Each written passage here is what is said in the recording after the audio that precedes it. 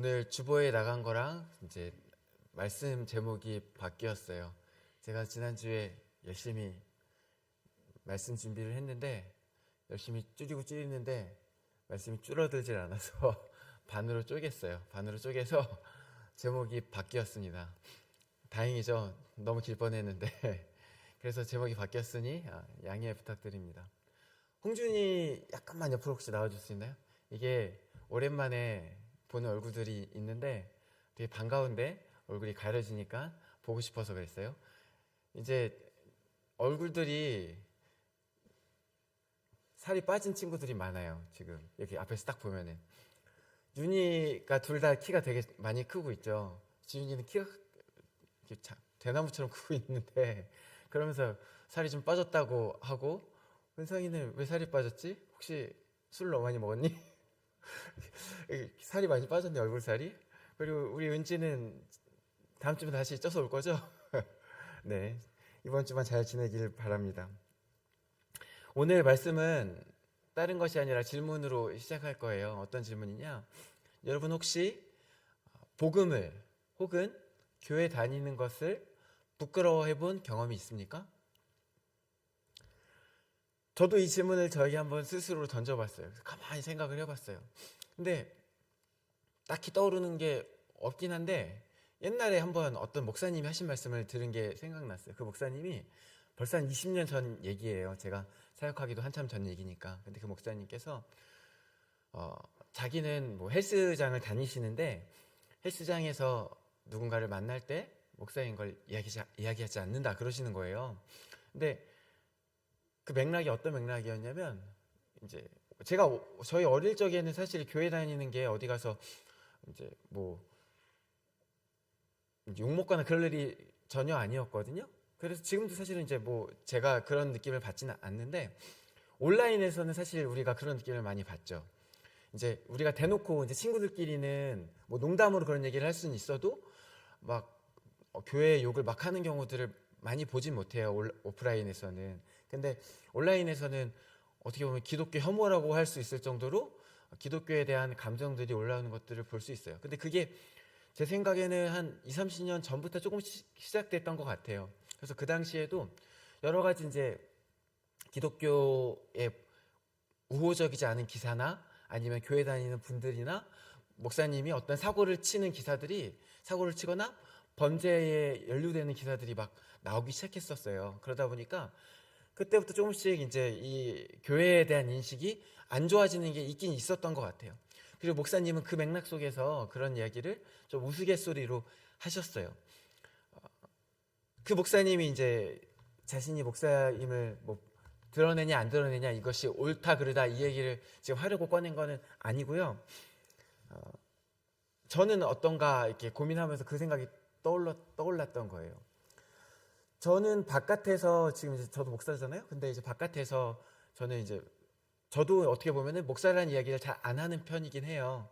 근데 저는 그것이 부끄러워서 안 하는 것보다 제가 만난 사람들은 이렇게 어떻게 해서 제가 목사라는 걸 알게 되면은 대부분 되게 대우해 주셨어요. 그래서 막 대접해 주려고 하시고, 제가 더 연소함에도 불구하고 더 이제 높여 주시려고 하고 하나라도 더 챙겨 주려고 하시고 그런 분들을 많이 만났어요. 근데 이게 제가 조금 뭐 그게 죄송스럽기도 하고 부담스럽기도 하니까 이제 엔간하면 그 얘기를 잘 안 하고 다니게 됐어요.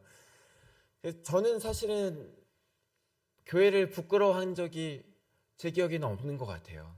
그렇게 지내왔는데 군대 있을 때도 뭐 그냥 그거 갖고 소리를 들으면 들었지 별로 부끄러워하진 않았던 것 같아요. 근데 이 질문을 왜 던지냐? 그것은 이제 아까 성경 말씀을 유심히 읽은 사람은 눈치를 채셨겠지만 우리 은찬이가 눈치가 빠르니까 은찬이 눈치챘을까요? 이 질문이 로마서에 나오기 때문에 이 표현이, 복음을 부끄러워한다는 표현이 이 오늘 본문에 나오잖아요. 바울이 오늘 본문 가운데 16절에 이런 표현을 쓰고 있어요. 내가 복음을 부끄러워하지 아니하노니, 이 표현을 쓰고 있어요. 그래서 오늘 이 질문으로 함께 시작해 보았습니다. 오늘 본문은 바울이 복음에 대해서 조금 더 이야기하는 장면이에요. 물론 이제 아직 로마서 1장이잖아요. 그래서 복음에 대한 이야기들을 약간씩 화두만 던지고 있어요. 지금 로마 교회에게 할 이야기들이 지금 사실 제가 설명한 얘기가 나중에 뒤에 더 풀어서 또 나오긴 나와요. 지금 화두를 던지면서 던지는 화두 중에 하나가 뭐냐? 이 부끄러워한다는 화두도 던지고 있는 거예요. 그러면 이 복음을 부끄러워한다는 화두를 왜 로마 교회에게 던지고 있을까요?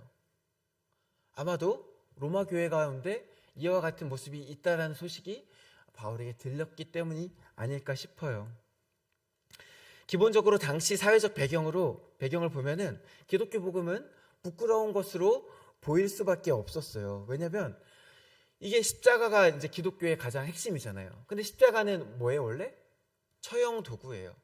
사람을 죽이는 도구였어요. 게다가 로마 사회는 힘과 지혜, 명예를 중시하는 사회였어요. 약간 군인 중심의 사회라고 보면 크게 다르지 않을 것 같아요. 그래서 힘을 중요하게 여기고 이 지혜를 중요하게 여긴 건 헬라 문화의 영향입니다. 지혜를 중요하게 여기고 또 명예 이런 것들을 중요하게 여겼습니다. 그런데 복음은 이 한 사람이, 예수님이라는 한 사람이 어떻게 보면 밖에서 봤을 때 패배해서 십자가에 매달려서, 그것도 높이 매달려서 부끄럽게 벌거벗은 채로 무기력하게 아무 힘도 없이 명예도 없이 벌거벗은데 어떤 명예가 있겠어요? 죽은 사건 아닙니까?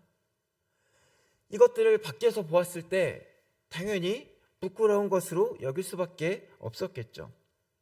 당당하게 자랑할 수 있는 것이 될 수 없었을 거예요. 이런 배경에서 아마도 로마 교인들도 복음을 부끄러워했던 것으로 보입니다. 조금 더 이유가 있을 것 같아요. 그거는 조금 뒤에 다시 풀게요. 그러니까 바울이 로마 교회를 향해서 굳이 이렇게 표현을 한 거예요. 나는 복음을 부끄러워하지 않는다. 실제로 이 표현이 다른 바울이 쓴 모든 서신서에는 나오지 않아요. 이렇게 나는 복음을 부끄러워하지 않는다는 이런 직설적인 표현이 조금 돌려서 이제 디모데에게 이야기할 때는 이제 돌려서 어떤 큰 박해 가운데 있을 때 뭐 부끄러워한다는 그런 표현들, 부끄러워하지 말 것을 이제 권면하는 장면이 나오긴 하는데, 이렇게 직접적으로 나는 복음을 부끄러워하지 않는다 이런 선언이 나오는 장면은 서신서에 전혀 없어요. 이 로마서에만 나온다는 건 거죠. 그러므로 이 바울의 진술 자체가 로마 교회가 복음을 부끄러워하는 그 어떤 현실, 그러한 문제를 꾸짖기 위한 어떤 빌드업인 건 거죠. 아마도 유대 그리스도, 이제 그 당시에 교회에도 유대인 출신 그리스도인이 있었을 것이고 헬라인 출신 그리스도인들이 있었겠죠. 그리고 그때 로마 교회는 이방인 그리스도인이 더 많았을 거예요. 헬라인 그리스도인들이. 근데 그 중에서도 아마 유대 그리스도인들은 그들이 가지고 있는 율법의 시각 때문에 더 그랬을 거예요. 율법은 뭐라고 얘기하냐면요, 신명기에 보면은 나무에 매달린 자는 하나님께 저주를 받았다라는 이제 표현이 나와요. 그래서 이제 이 율법의 시각으로 보면 예수님은 어떤 존재예요?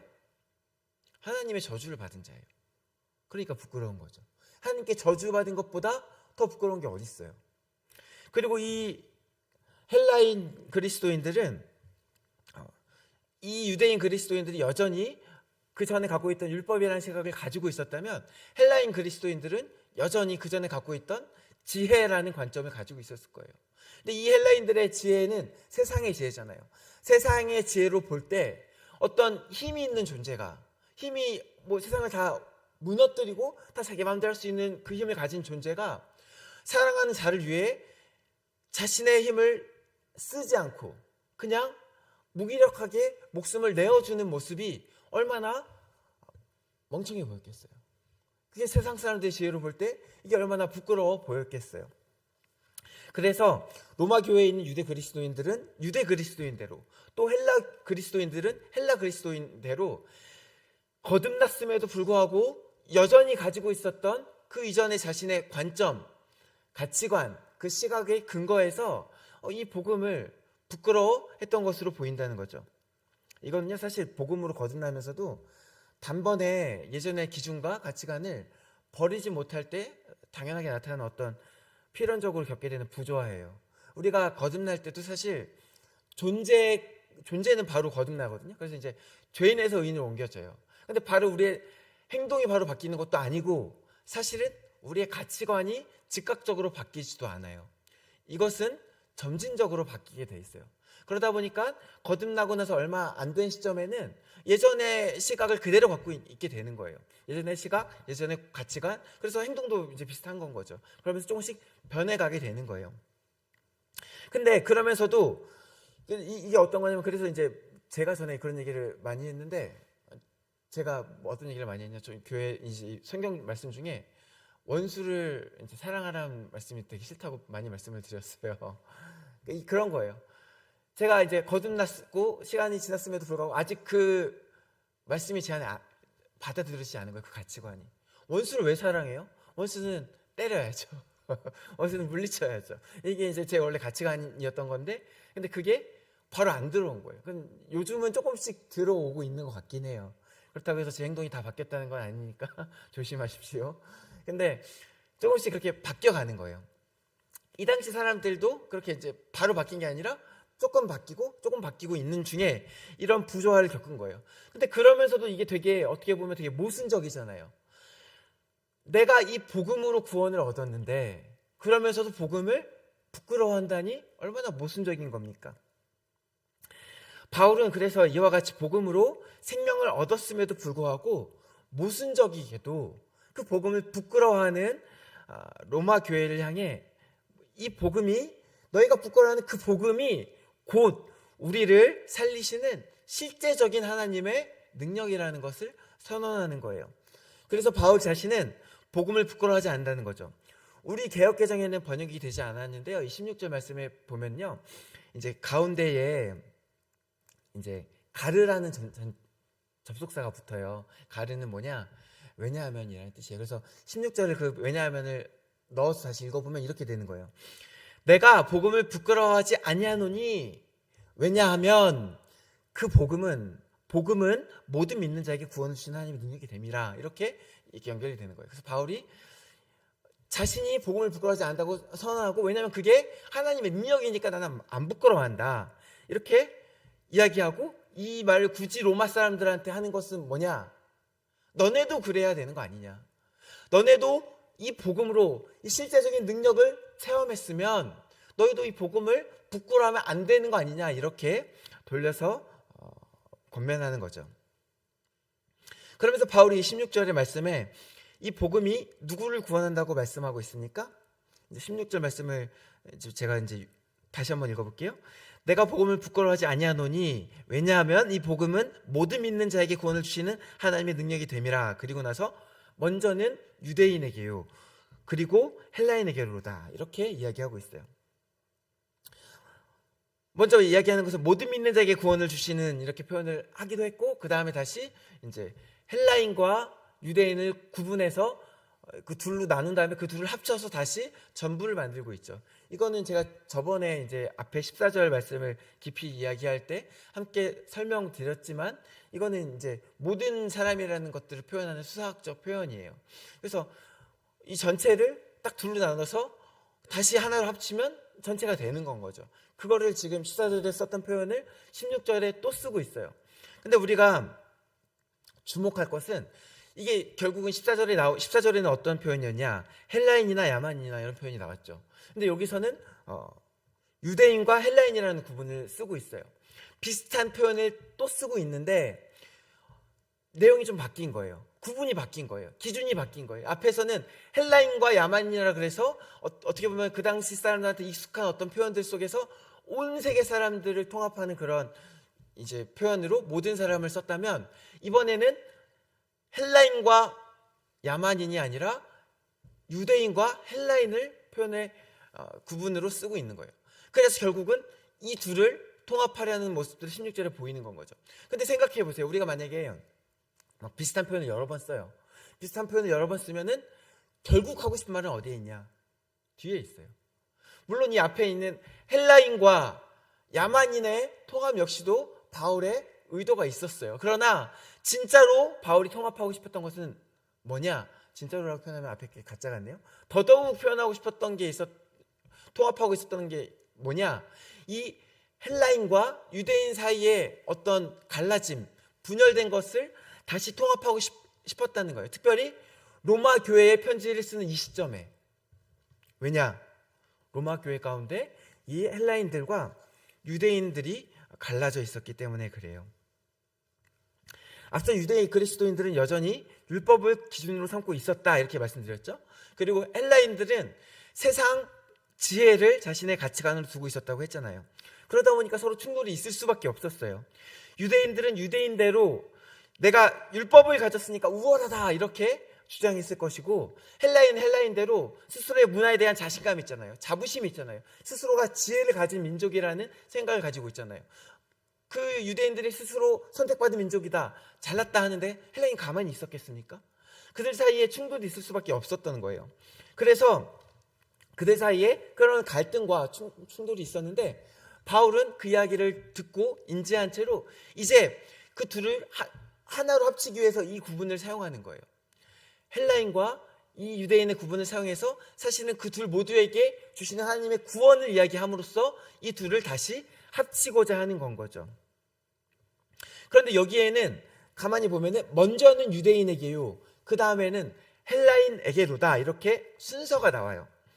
복음의 구원의 역사가 모든 사람에게 다 임하는데, 그래서 헬라인을 넘어서 심지어는 그들이 생각하는 세계관 밖에 있던 야만인들에게도 이 복음의 구원의 역사가 임하는데, 근데 이게 다만 유대인으로부터 먼저 시작한 거다. 그래서 유대인부터 시작해서 헬라인에게 갔고, 그 다음에 온 세계 가운데 이 복음의 구원이 임하게 되는 거다. 이와 같이 어떤 순서를 이야기하고 있는 거예요. 이 순서는요, 실제로 유대인들이 갖고 있는 아까 말씀드린 그런 선민이라는 자부심, 우리는 선택받아 율법을 가진 자들이라는 그 정체성에 대한 답이에요. 왜냐하면 그게 그 당시 충돌의 가장 큰 화두였으니까요. 그래, 하나님께서 우리 유대인들에게 먼저 율법을 주셨어. 그래서 이 구원이 먼저 우리 유대인들에게 임하는 거야. 근데 그렇다고 해서 이 구원이 우리 유대인들만의 것은 아니야. 이 구원이 먼저는 우리 유대인에게 임하였는데 그 다음에게는 헬라인에게야. 그래서 우리가 먼저 율법을 받은 것은 먼저 율법을 받은 것이지, 먼저 하나님의 약속을 받은 것뿐이지, 이 구원이 우리에게만 있다는 이야기가 아니야. 순서의 문제일 뿐이야. 그러면서 이것들을 질서 있게 통합하는 거예요. 당시 유대인들은 이제 이 선민 의식을 가진 자들 중에 어떤 자들은 자신들이 율법을 가졌으므로 그 다음의 구원도 이 율법을 가지고 구원을 받아야 된다, 이렇게 주장하는 사람들이 있었어요. 우리만 구원받았다고 주장을 하면서 그 다음에 들어온, 심지어 교회를 다닌다고 하면서도 그리스도인이 되었다고 하면서도 여전히 율법을 구원의 통로로 붙들어서 그들 가운데 들어온 헬라인들조차 할례를 받아야 돼, 너희들 율법을 받아야 돼. 그래서 마치 이 그리스도교가 유대교인 것처럼 거기에 종속시키려고 한 사람들이 있었단 말이에요. 그러면서 이 갈등이 심화됐는데, 거기에 대해서 바울이 말하기를 이 율법 안에 구원이 있는 것이 아니고 율법을 통해서 우리가 먼저 구원을 받은 것이고 그 다음에 저들 헬라인에게 구원이 흘러가는 것이다, 이렇게 순서를 정해서 이 갈등을 질서 있게 정리하고 있는 거예요.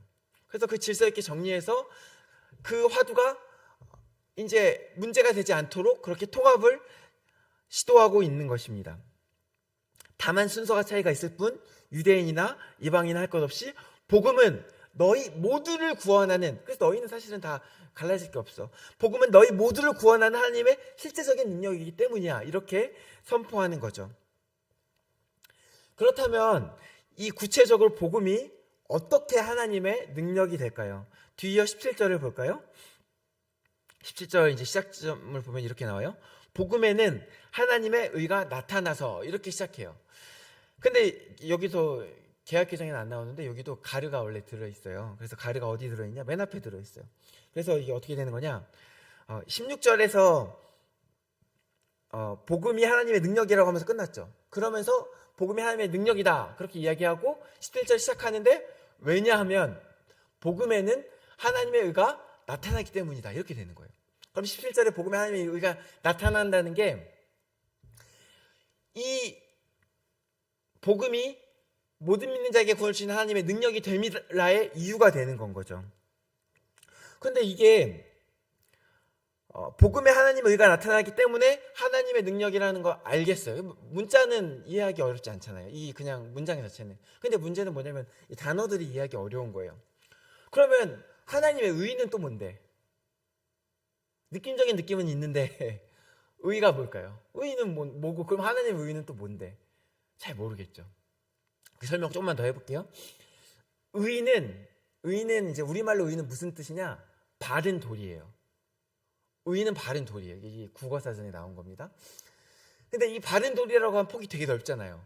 개인적인 걸 수도 있고 공동체적인 걸 수도 있고 또 개인적인 것도 어떤 윤리적인 걸 수도 있고 법적인 걸 수도 있고 어떤 관계적인 걸 수도 있고 그 폭이 굉장히 넓어요. 그래서 우리가 의라고 할 때 느낌적인 느낌은 알겠는데 설명을 잘 못하겠는 거예요. 너무 그 폭이 넓으니까. 실제로 이 의라는 단어 자체가 이해되는 것도 시대별로 국가별로 이해가 좀 달라요. 그래서 이제 우리가 여기서 먼저 살펴볼 것은 이제 이 로마서 헬라어로 쓰여졌고 당시가 헬라어 세계관이니까 헬라 그럼 세계에서 이 의는 어떤 것이었냐 이것부터 먼저 시작하려고 그래요. 헬라 시대의 의는 뭐였냐? 헬라어에서 의는 디카이오시네예요. 디카이오시네. 이 단어는 기억 못하셔도 상관없습니다. 근데 헬라 시대의 의는 어떤 거냐? 물론 이제 그 당시에도 의라는 것에 대한 해석은 사람들마다 달랐겠죠. 근데 우리가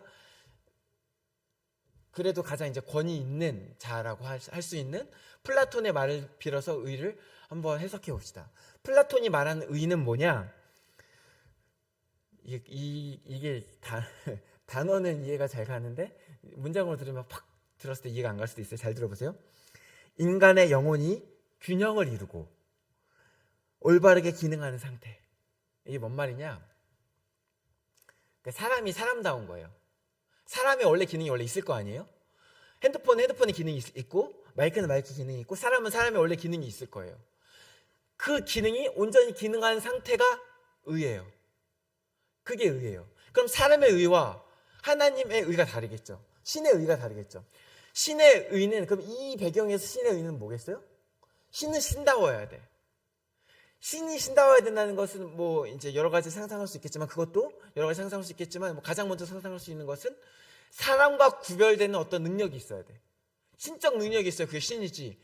신이라고 해놓고 뭐 맨날 뭐 신이라고 해놓고 맨날 걸어다니고 우리랑 똑같이 걸어다니면 그게 신인가? 이렇게 되는 거예요. 신이라면 하늘 날아다닐 수도 있어야지. 순간이동 이런 것도 할 수 있어야지. 그게 신이라는 거예요.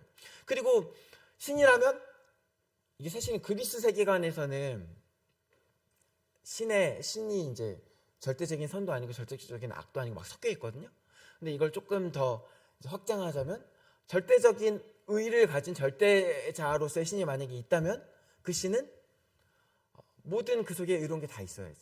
그래서 그 성품이 세상 어디에도 볼 수 없는 특별한 의가 그 안에 있어야지. 예를 들어서 이제 저는 만약에 지윤이가 저한테 야 이러면 화를 낼 것 같아요. 이게 사람 수준의 인내심이겠죠? 근데 이제 신이라고 하면은 아니 뭐 인내심이 더 커야 되는 거 아니야? 이 세상에서 누구도 이해할 수 없을 정도의 인내심이 있어야지. 이런 거예요. 그 누구도 따라할 수 없는 구별되는 신성을 가져야지. 이런 게 의인 거예요. 그리스 시대 헬라의 문화에 의해요.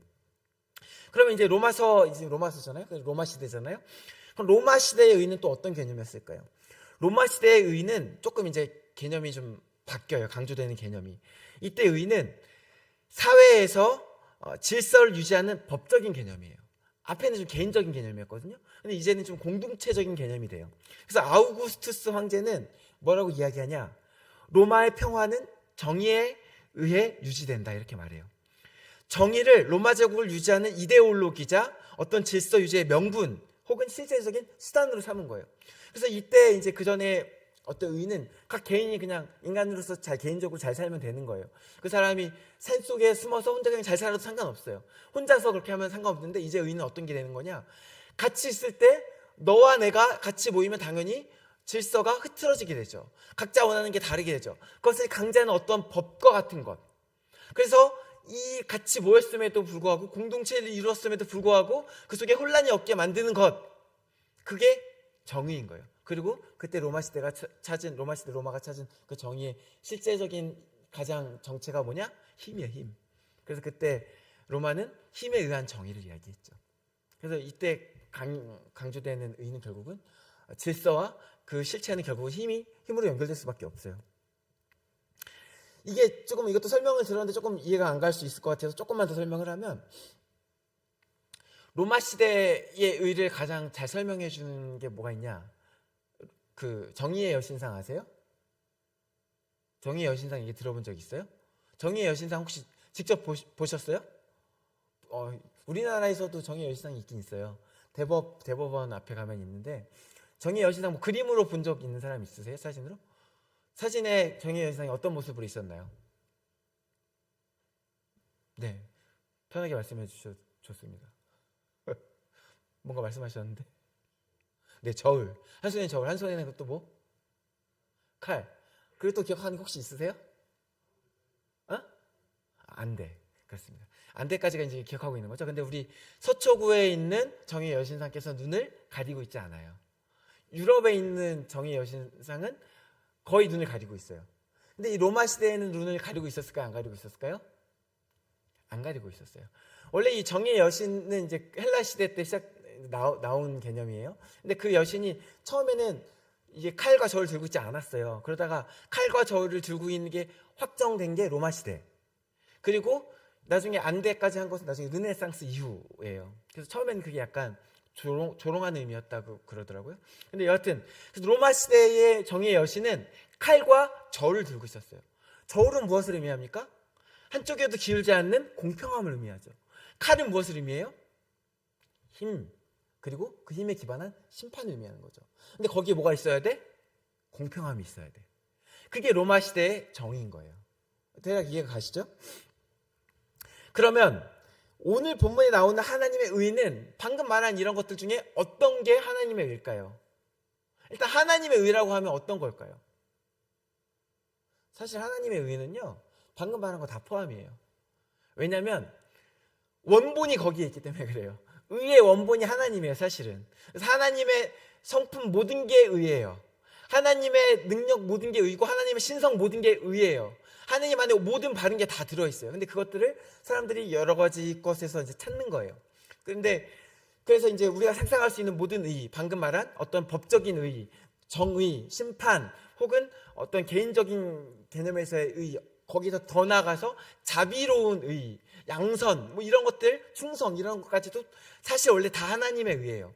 근데 특별히 오늘 본문을 가만히 볼 때 중요한 건 뭐냐면 이 헬라 사람들의 의도 중요하고 로마 사람들의 의도 중요해요. 왜냐하면 이걸 듣는 사람들이 그 의를 상상하고 들었기 때문에 그래요. 근데 더 이 말을 하고 있는 바울에게 있어서 의는 무엇이냐, 이게 더 중요하지 않겠어요? 이 말하고 있는 바울은 유대 사람이었잖아요. 유대 사람으로서 유대의 의를 계승하고 있었어요. 그러면 히브리어에서 의는 뭐냐? 유대인들이 주목하는, 그들이 이해하고 있는 하나님의 의는 뭐냐? 그거는 뭐냐? 히브리어로 체다카예요.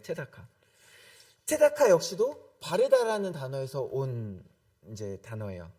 그래서 이것도 바른 건데 여기는 특별히 어디에 중점을 맺고 있냐? 여기는 관계에 중점을 맺고 있어요. 앞에 처음 헬라는 개인의 어떤 혼자 있을 때 그 개인의 어떠함이라면, 또 로마의 의는 어떤 법적인 것, 공동체적인 거라면, 여기는 히브리인들의 의는 관계 사이에서 올바른 거예요. 그래서 이거는 되게 상대적일 수 있어요. 예를 들어서 제가 여기 계시는 어떤 집사님한테 대하는 것과 우리 은찬이한테 대하는 거는 다를 수밖에 없죠. 제가 우리 은찬이한테 좀 막대하는데 관계가 좀 다르기 때문에 당연히 그 의도 다를 수밖에 없어요. 이와 같이 하나님의 의도 각 사람과 맺는 관계에 기반하여 관계마다 다르게 적용되는 거예요. 그게 구약에서 계속해서 강조되는 의예요. 특별히 이 체다카는 그 중에서도 어떤 것이 강조되냐? 약속을 지켜 신실하게 행하시는 것. 하나님의 의라고 하는 것은 뭐냐? 이 구약에서 하나님의 의라는 것에 가장 강조되는 개념은 뭐냐면, 하나님과 사람의 관계 가운데, 하나님과 이스라엘의 관계 가운데 하나님의 신실하심이 드러나는 것이 바로 체다카예요. 다른 그 무엇보다도 신실하다는 건 믿을 만한 거거든요. 말을 바꾸지 않으시고 생각을 바꾸지 않으시고 약속한 건 꼭 지키시고, 그리고 쉬지 않으시는 거, 신실하신 거, 그게 신실한 거예요. 그게 이제 하나님의 모습이에요. 그래서 구약을 보면 하나님께서 약속하시잖아요. 아브라함에게 약속하시고 또 뭐 이삭에게도 약속하시고 여러 선지자들에게 약속하시고 다윗에게도 약속하시죠. 그리고 하나님께서 이 성경은 무엇을 증거하는 거예요? 그 하나님의 약속이 신실하게 이루어지는 것을 증거하는 거예요. 하나님께서 그 약속을 주시고 내팽개친 게 아니라 계속해서 일하고 계심을 증거하는 거예요. 그게 바로 하나님의 의예요. 구약에서 말씀하는 하나님의 의예요. 하나님께서 우리 신실하셔서 우리에게 주신 그 약속을 단 하나도 빠뜨리지 아니하고 그것을 이루신다는 거예요. 그것을 말씀하고 있는 거예요. 근데요, 이게 굉장히 중요해요. 하나님의 능력이 여기에 있다는 게 무슨 뜻이냐? 봐봐요. 우리의 구원이 만약에 어떤 약속에 근거한 게 아니라 어떤 근거할 수 있는 게 없다면, 제가 막 만약에 지나가다가 로또를 맞았어요. 막 몇 억이 생겼어요. 그 로또 몇 억 갖고 지나가다가 어떤 사람이 가난한 것을 보았어요. 근데 마음에 여유가 있어. 난 돈이 지금 막 몇 억 있어. 이 사람이 지금 막 1억 벼졌네. 1억 정도 내가 줄 수 있어. 내가 널 구원할 수 있어. 이렇게 해서 어떤 즉흥적인 결정의 구원을 제가 하게 될 수도 있겠죠. 근데 하나님의 구원은 이와 다르다는 거예요. 즉흥적으로 우리 은찬이가 너무 오늘 불쌍해 보여. 우리 은찬이에게 내가 구원을 줄게.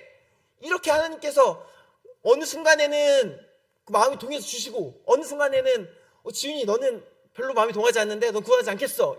이러시는 게 아니라는 거예요. 이게 어디에 기반한 거라는 거예요? 하나님의 약속에 기반하고 하나님의 신실하심에 기반한다는 거예요. 그래서 그 약속에 기반했기 때문에 이것은 변하지 않아요. 변하지 않고 그 하나님의 무한하신 신실하심에 기반했기 때문에 끝이 없어요. 우리가 신천지에서 하는 얘기 중에 하나가 뭐가 있는지 아세요?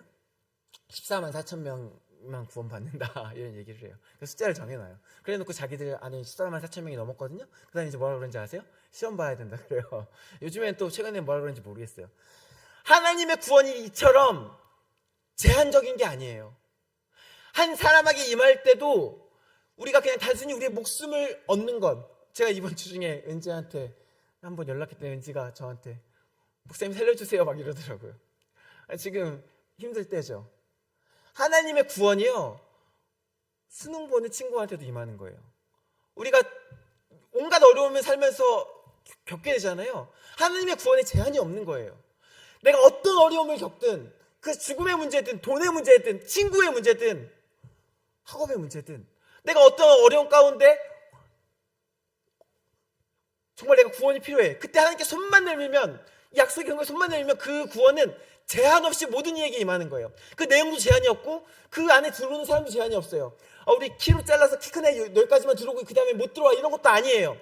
누구든지 믿기만 하면 무한하게 과거에도 현재에도 미래에도 수억 명이 아니라 수조명이 아니라 정말 무한대의 사람을 다 구원할 수 있는, 무한대의 사람을 무한대의 경우의 수를 다 구원하실 수 있는, 그리고 구원하시는 하나님의 신실하심에 근거한 구원이라는 거예요. 이게 복음의 능력이에요.